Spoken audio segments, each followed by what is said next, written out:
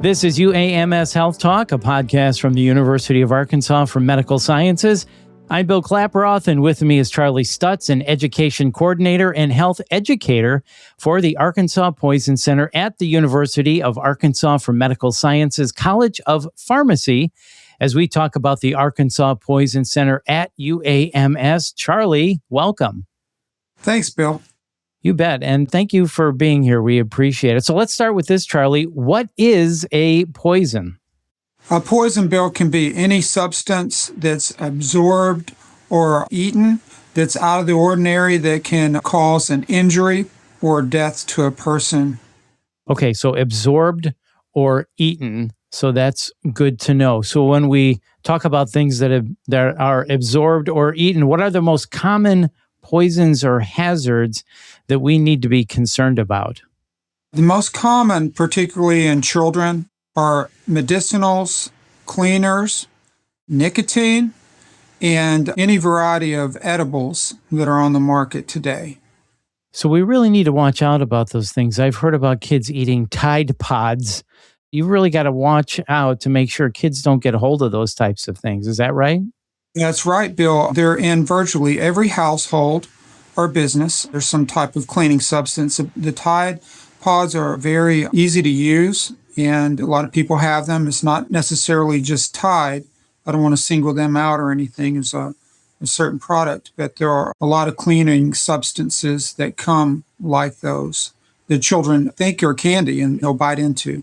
Well, they're very colorful, so it's easy to see. Even the dishwashing pods, too, that you put in there. So it's easy to see why kids would mistake those for candy.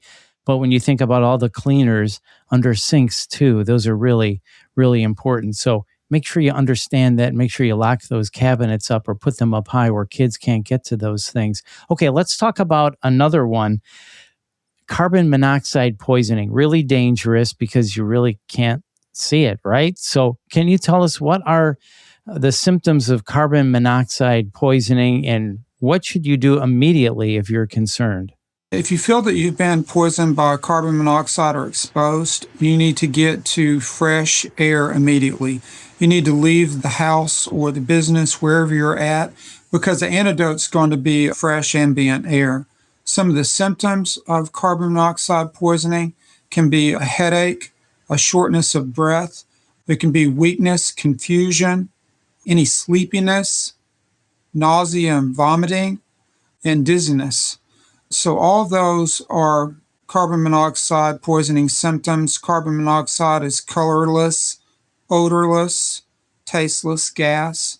So a lot of people just really don't realize they're being poisoned. They can be poisoned while they're asleep at night. So it's almost always important to have a carbon monoxide detector in the home. So that's an interesting list of symptoms: headaches, shortness of breath, confusion. You said a host of others. Some people might confuse those with, wow, it's something I ate, or I'm just not feeling well. So it is really important, if you experience those symptoms and you have the heater on or a space heater on, you might want to think about potential carbon monoxide poisoning. Would that be right? That's right. And occasionally you do need to have the heating furnace replaced. I had that happen to me before. It was an old heater. It was emitting carbon monoxide. And to be safe, the installer decided it was an uninhabitable home until it was replaced. And I got it replaced immediately. That's very scary. So why or when should you call the poison hotline? Some people might think, I'm just going to wait this out. When do people call? When do you recommend they call you? With any question or concern regarding a toxic substance, call immediately. Don't hesitate. We're not out to get anyone. We're completely confidential. We're free, and we're 24 hours a day. And then once somebody calls, do you have a list of questions? What are the next steps? How do you help to determine whether or not they should come in or not? Sure. Every call has a medical record attached to it, and therefore the poison specialist needs to know the person's complete name. They need to know the place in which they're calling, what city or town, and importantly, what substance was ingested or absorbed, what time it occurred, and any symptoms the patient is having. Someone might not know if somebody ingested something like, I think my child might have eaten this. What do you do in that situation? Right. So over the phone, it can be really difficult to get a perfect health history. So the Poison Center and every poison center in the country practices defensive medicine.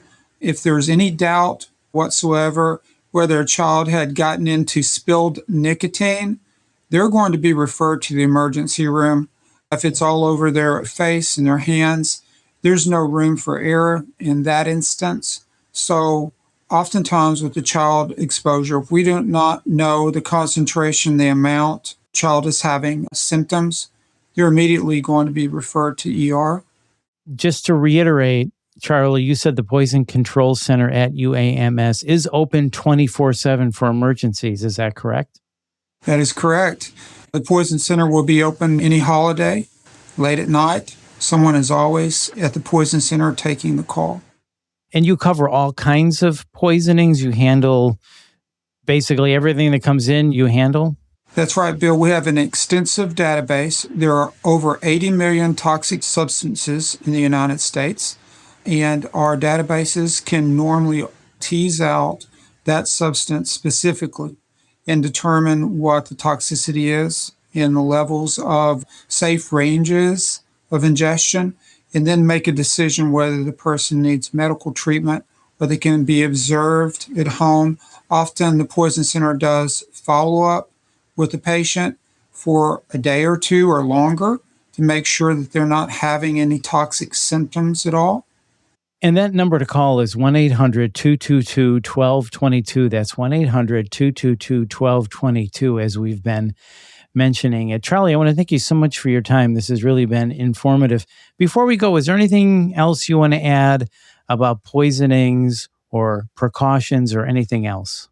I would like to add that children under 4 years old account for about 3/4 of poisonings in the United States. Therefore, if you have a new child or a grandchild who's starting to crawl or walk, be sure and try to poison proof your home if you can. That's impossible to completely poison proof it, but try to go through all the kitchen cabinetry, bathrooms, certainly take inventory of any strong heart medicines, diabetes drugs, pain medicines, to make sure those are properly stored and locked up oftentimes, so there's no chance that that child can get into that substance or medicine.